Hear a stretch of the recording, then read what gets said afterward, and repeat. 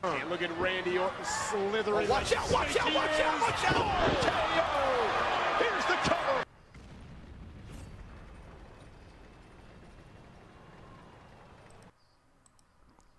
Hey, what's up everyone, and we're back today with another video looking at the Tusk once again.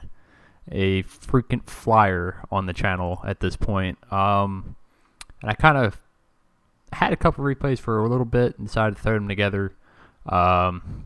Just in the theme after, I think Petty and Swindle both did T49 videos. Unfortunately, I don't have any T49 videos or gameplays at the moment, but I do have the Tusk. Same 152mm, slightly better gun stats on the 13105 chassis.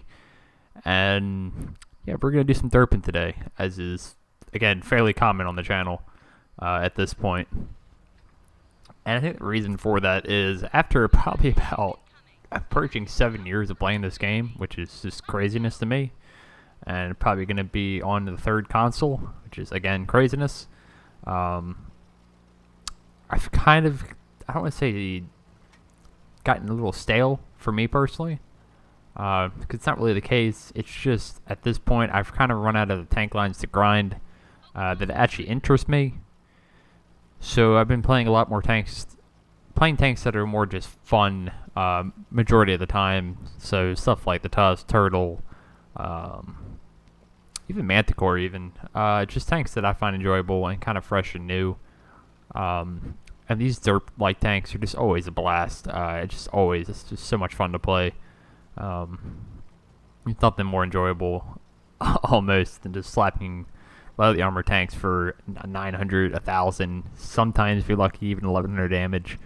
And just the hilarity that follows in these tanks is just so much fun.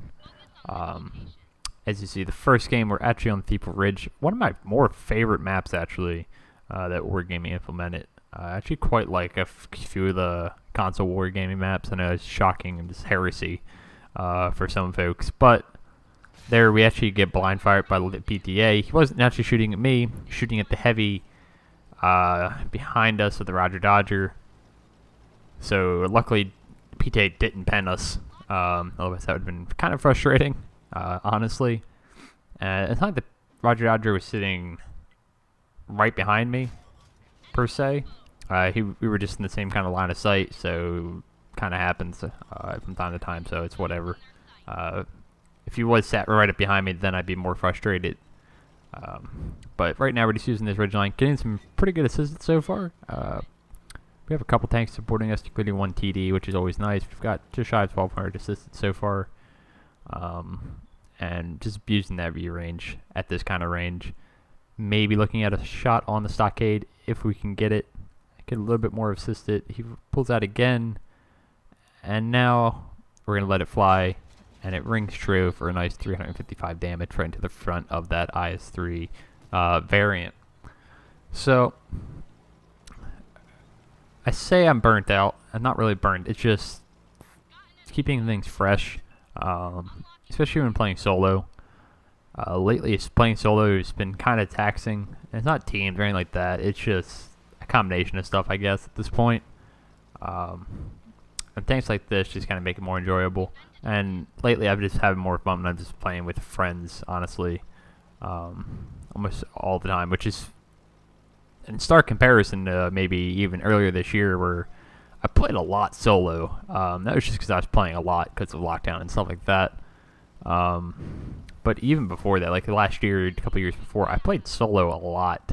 I'd obviously still platoon with Swindle and all those folks as we get a nasty snapshot into the stockade and he burns for a little bit before he can react and set that out. But yeah, just recently I've been more just focused on having some good laughs, hopefully, and just hanging out, being more a social game than trying to go super try hard. He says by posting 2 Tusk games that are going to be kind of carries at this point. So don't get me wrong, still going for the try hard gameplay, but having a few more laughs along the way, I guess. Trying to take the game a little less seriously, hopefully, but yeah, not to ever take it too seriously, hopefully. But we now actually are in a unique position in this game is we're up on this pretty prominent peak on this map. Pretty much a sniper hill. You see a lot of TDs up here, but now we've kind of got their team in a crossfire. But the other thing you can see, if we get this Valor lined up, his butt is showing, and man, do we want to pen that so badly. First shot missed. Oh, yeah, the second one didn't miss. Hit him for 1,048, and man, that is just so much fun to see. And while we had them encircled, we didn't really have them encircled too much. If you try to get another shot into the Valor, we actually missed behind him. Still slashing for 100 damage. But they're just overwhelming that other flank. And at this point, I kind of have to just help these guys because they're apparently unable to kill a PTA and a 50T. So we're going to poke over, send the PTA back to the garage, and now isolate the KPZ.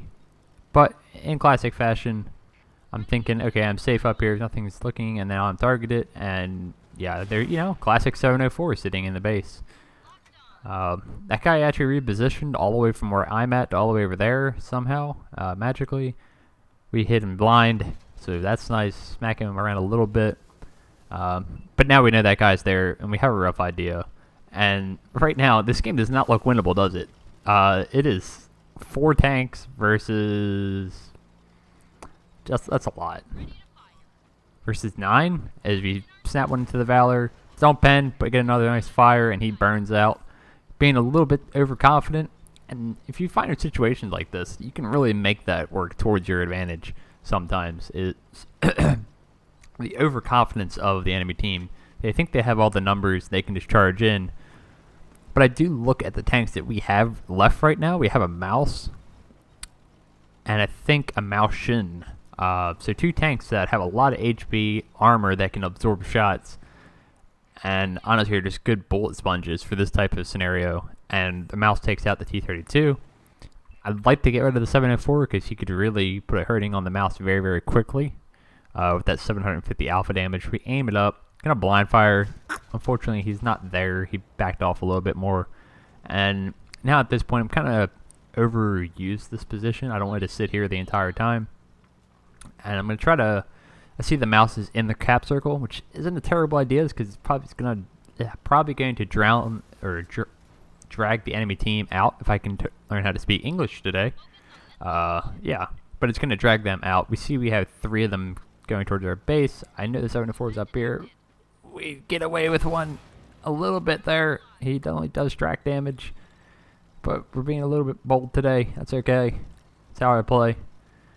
And we're honestly was trying to pen this guy. We have the premium HE. I don't think we can really do it unless we're aiming down on him. But we do track him out in the open. He does get shot a couple times, which is nice. And at this point in the game, again, the only tank I'm super worried about is where their T100 LT is. He's the only one that has vision over long distances on a map like this. We snap one at the IS-7 frontally. He does spot us. Our STRV gets taken out by one of their 257s, and now it's just the Maushin, and the Tusk. So 3 versus a lot of tanks still. It looks like 7. So I-7's kind of pushing in prematurely. We're using this tree that's knocked down for some cover, trying to track him in place. We do, sure enough, track him sideways out. Hopefully the Maushin can maybe get a shot into him while he's tracked like that.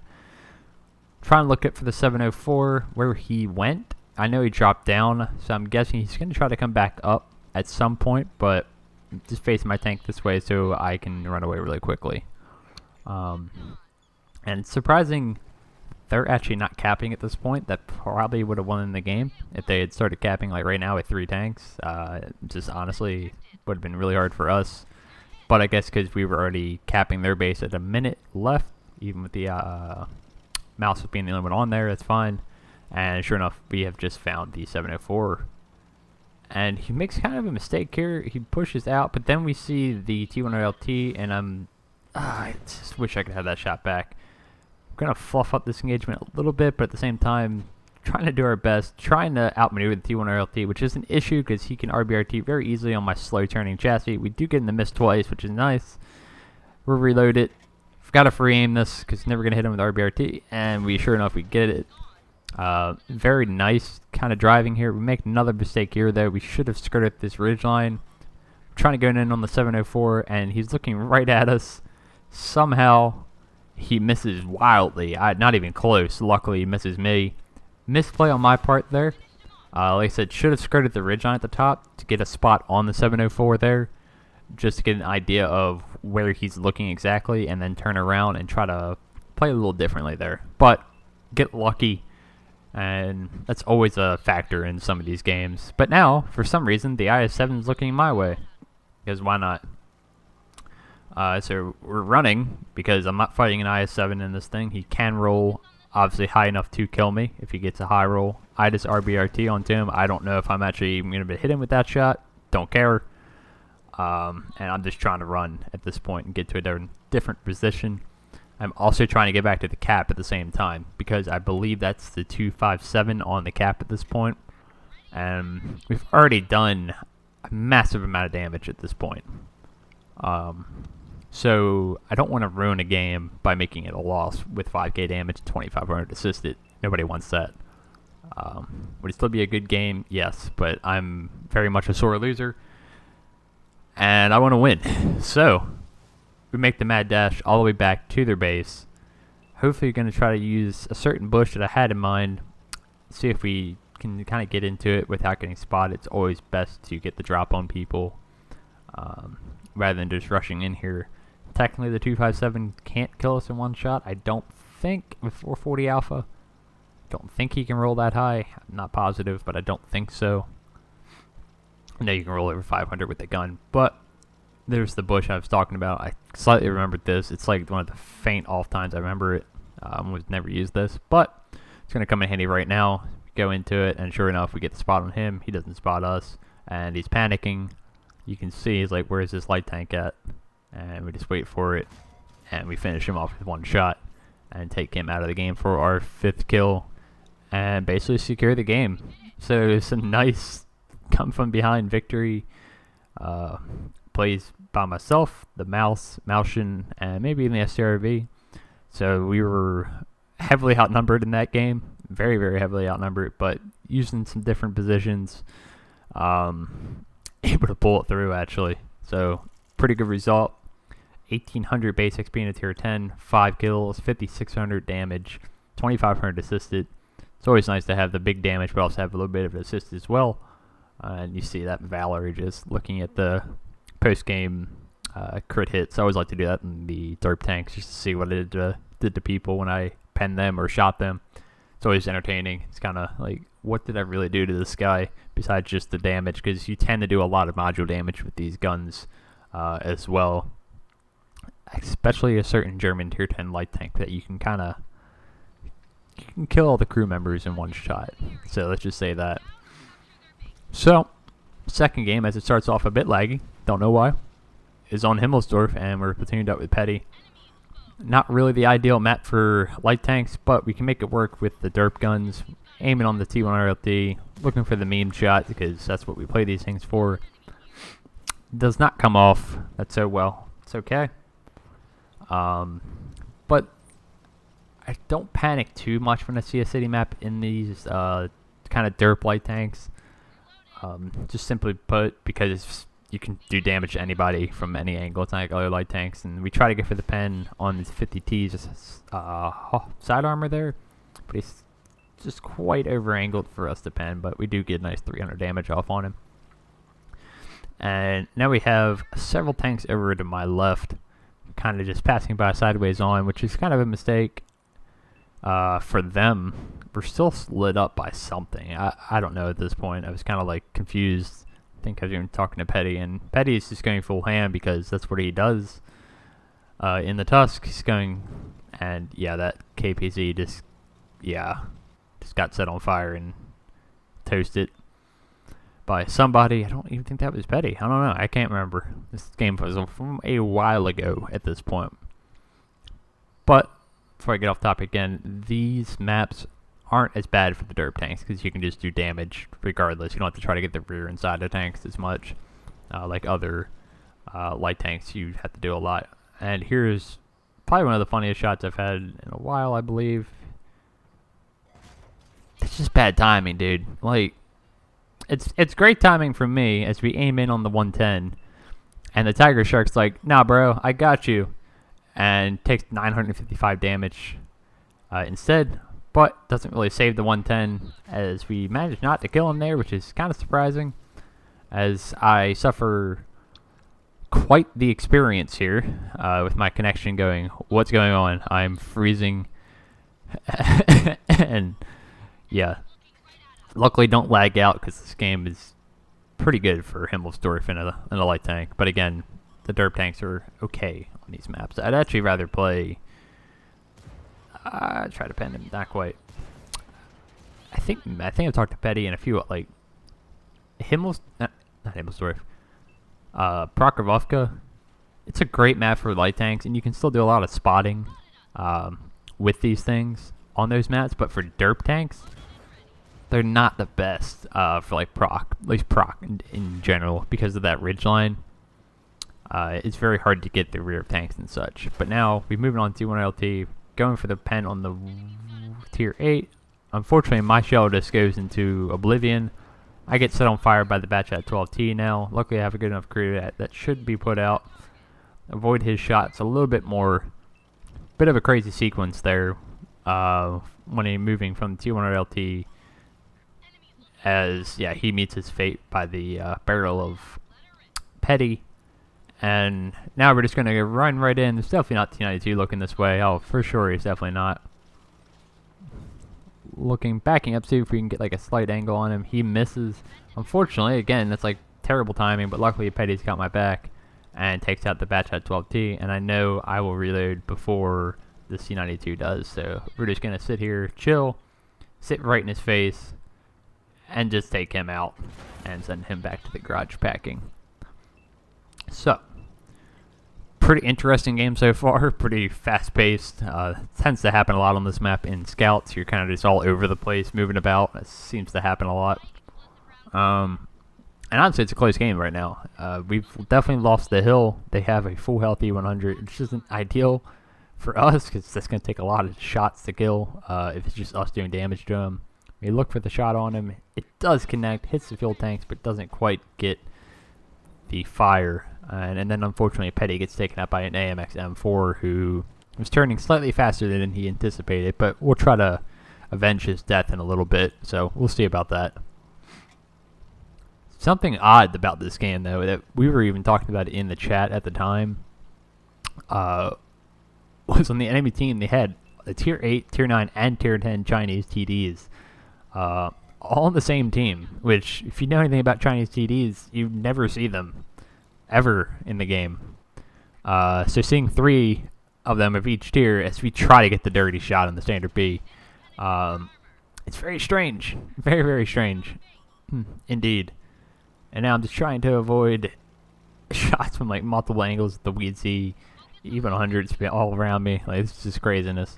And now I'm going to try to go help this IS-3 who takes out the standard B miraculously. But now he's got a tier 9 heavy facing him with the AMX. But I know I can pen the AMX if I get his rear.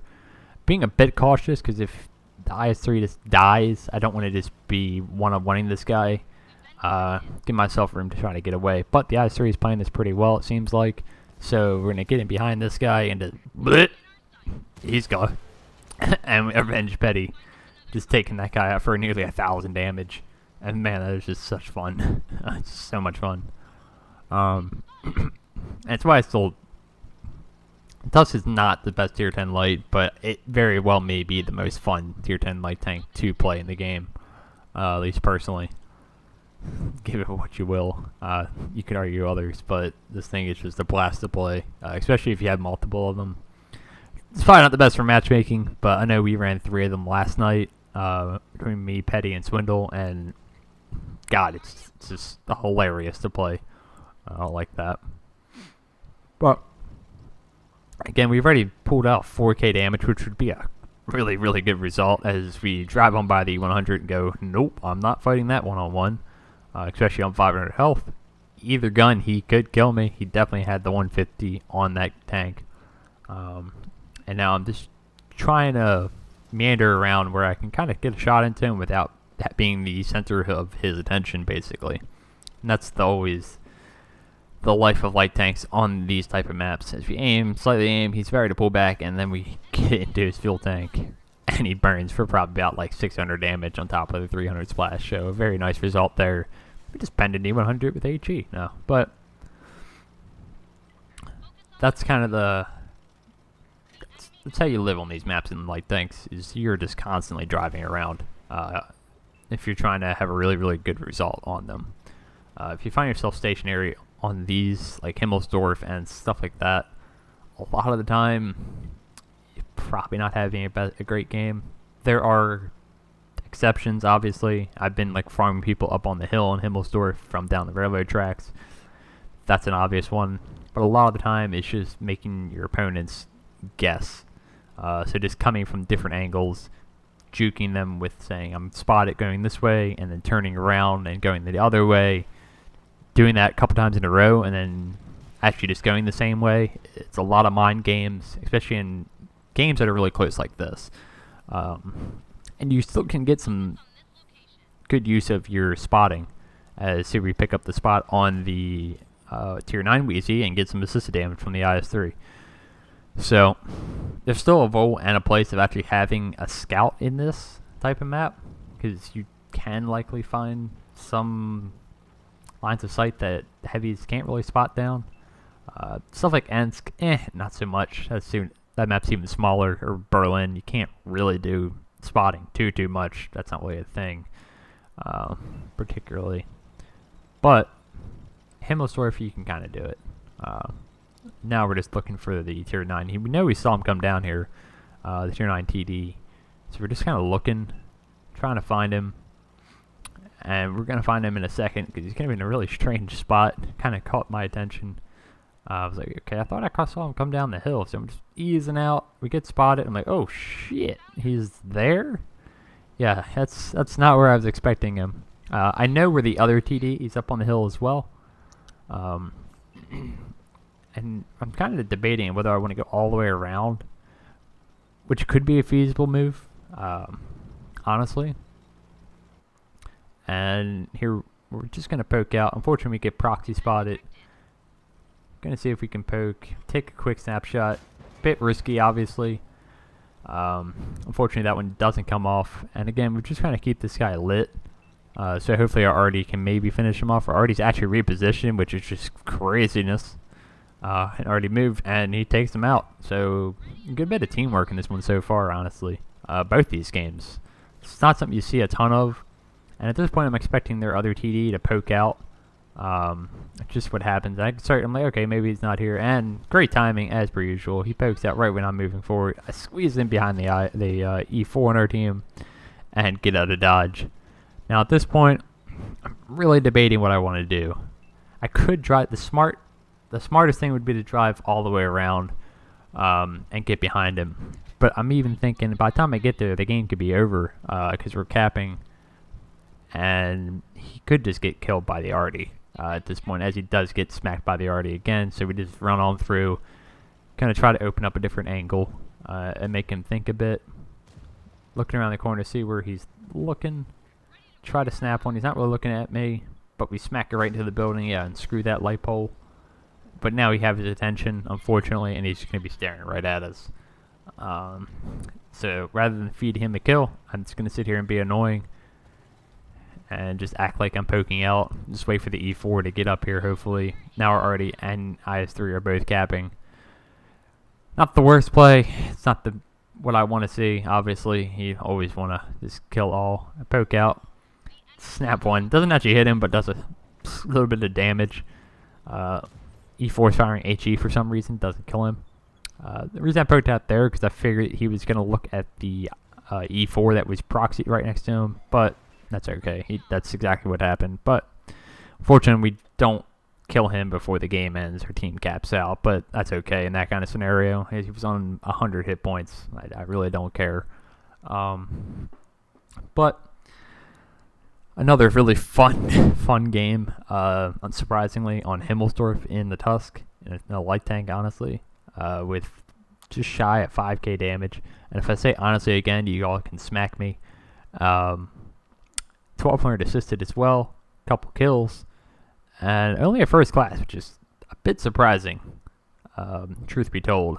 But overall, a very nice result on a pretty bad map for scouts in general. But we were able to make it work and pick up a very nice game. So, hopefully you guys enjoyed. I will hopefully keep channels, as I say this word more and more times. Keep the videos coming. And yeah, I will see you guys next time. Peace.